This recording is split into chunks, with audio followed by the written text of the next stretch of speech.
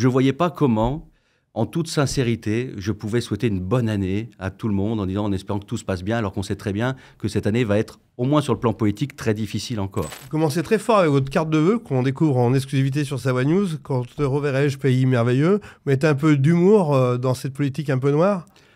Je pense qu'aujourd'hui, l'humour, c'est tout ce qui nous reste. Quand on voit la situation un peu de notre pays, donc et la question à la fois un hommage à Michel Blanc ou Jean-Claude Duss qui nous a quittés et qui a fait aussi un peu la renommée de nos départements et de Val d'Isère. Vous nous avez mis Bayrou en parachute aussi. Hein. Oui, mais il nous arrive un peu don de ses ou remplacer Michel Barnier qui, à mon avis, aurait très bien pu continuer sa mission. Là, vous parlez de votre allié, Michel Barnier. Tout à fait. Mais effectivement, quand on voit la situation de notre pays, ce qui se passe à l'Assemblée nationale, la situation politique, mais la situation de l'hôpital, de l'éducation nationale, de la sécurité, de la justice, la seule question qu'on se pose vraiment, c'est quand te reverrai-je, pays merveilleux. Et puis on voit votre côté ruralité, puisque le panneau France est à l'envers. Oui, mais la situation de nos agriculteurs est inquiétante. C'est eux qui nous font vivre, c'est eux qui nous font manger. Ils demandent notre attention et on doit leur accorder. Et quand vous mettez Mélenchon en plein milieu, c'est lui qui empêche le pays de tourner en rond. Enfin, c'est peut-être un des déclencheurs. À vos yeux, je m'entends. Hein. Non, mais quand on voit l'Assemblée nationale, vous avez Mélenchon et Marine Le Pen d'un côté ou de l'autre qui jouent les marionnettistes finalement, puisqu'on a des camps qui s'opposent. Et derrière, on a des metteurs en scène de cette opposition. C'est Jean-Luc Mélenchon et Marine Le Pen. Et on est tous otages un petit peu de cette situation-là. C'est regrettable. Mais malheureusement, c'est la situation de la France aujourd'hui. Je ne voyais pas comment, en toute sincérité, je pouvais souhaiter une bonne année à tout le monde en espérant que tout se passe bien, alors qu'on sait très bien que cette année va être, au moins sur le plan politique, très difficile encore. Et donc, j'ai trouvé ce recours à l'humour pour essayer de souhaiter une bonne année, mais en toute sincérité quand même aux gens, en souhaitant du bonheur. Et là, vous savez, ça, c'est Philippe Geluck qui fait dire à son chat cette phrase que j'aime beaucoup. Il dit le bonheur appartient à celui qui le donne aux autres. Et donc, j'ai envie de souhaiter du bonheur à tout le monde et puis de souhaiter une situation qui s'améliore tout en étant conscient que ça ne va pas se faire par magie dans les prochaines semaines. L'année dernière, on s'était souhaité une bonne année. Hein. Et le retour de Bayrou, vous en faites quoi, vous, dans votre pensée ? Ça n'a jamais été ma tasse de thé, si je puis dire.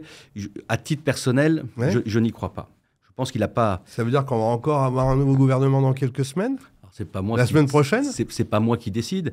C'est pas forcément l'hypothèse la plus probable, mais on peut pas l'exclure.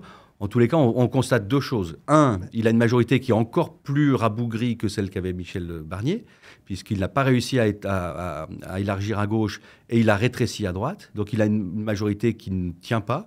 Pour la dynamique ? Et ses premiers jours d'entrée en fonction ont été catastrophiques. Et là, on a aussi une question de dynamique et d'image. On a besoin d'entraîner les gens. Vous avez envie de tendre le bâton quand même. Vous avez envie de lui tendre le bâton. Non, mais quand on voit les premiers jours de Michel Barnier et qu'on compare avec les premiers jours de Michel... Votre réaction de Mignola aux échelles ?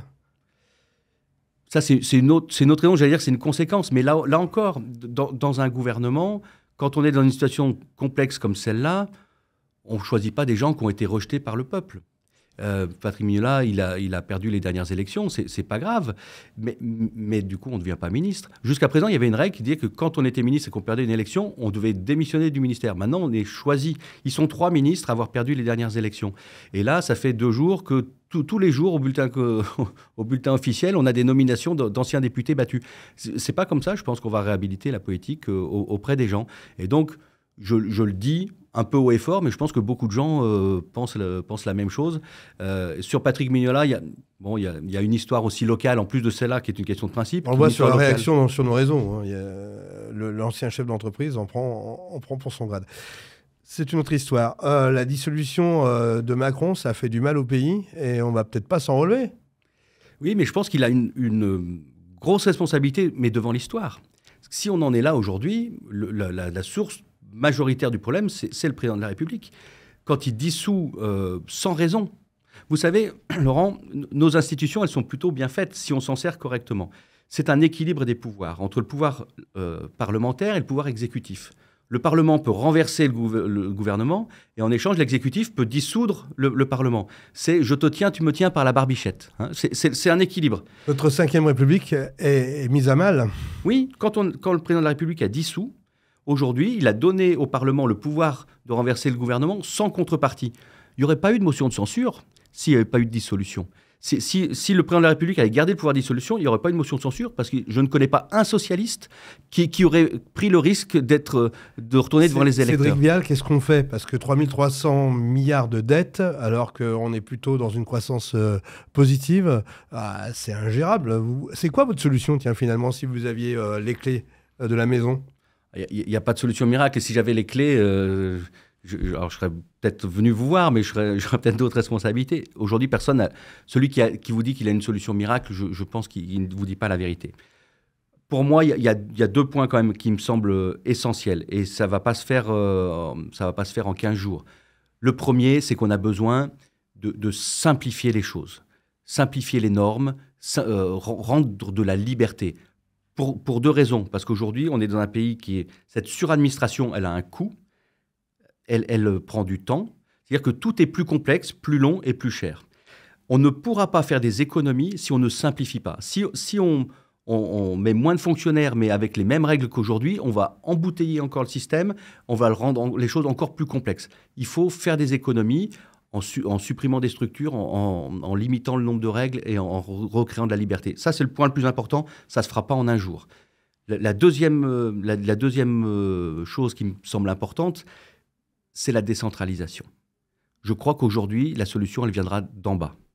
En France, on a toujours tendance à tout attendre d'en haut. Quand il y a un problème, ça vient d'en haut. Quand on veut une solution, ça ne vient jamais de nous, ça vient d'en haut. On attend que ça vienne d'en haut. Ça ne viendra pas d'en haut, ça ne marche plus. Il faut redonner du pouvoir et des moyens aux collectivités locales, à la société civile sur le terrain, et lui faire confiance. Et je pense que c'est probablement les 2 piliers sur lesquels il faut s'appuyer, le local et puis un peu moins de règles. La liberté n'exclut pas le contrôle. Ça veut dire qu'il ne faut pas laisser faire n'importe quoi. On a besoin, derrière chaque règle, il y a souvent une bonne intention qui se cache. Mais il faut simplifier les choses. Sinon, on n'y arrivera pas. Vous disiez 3 300 euros 3 300 milliards de dettes. C'est énorme. On a creusé en moins de 10 ans 1 300 milliards de dettes. Alors le Covid est passé par là. Je crois que de mémoire, c'est environ 300 milliards sur les 1300, mais le reste, c'est-à-dire qu'on a dépensé un peu sans compter.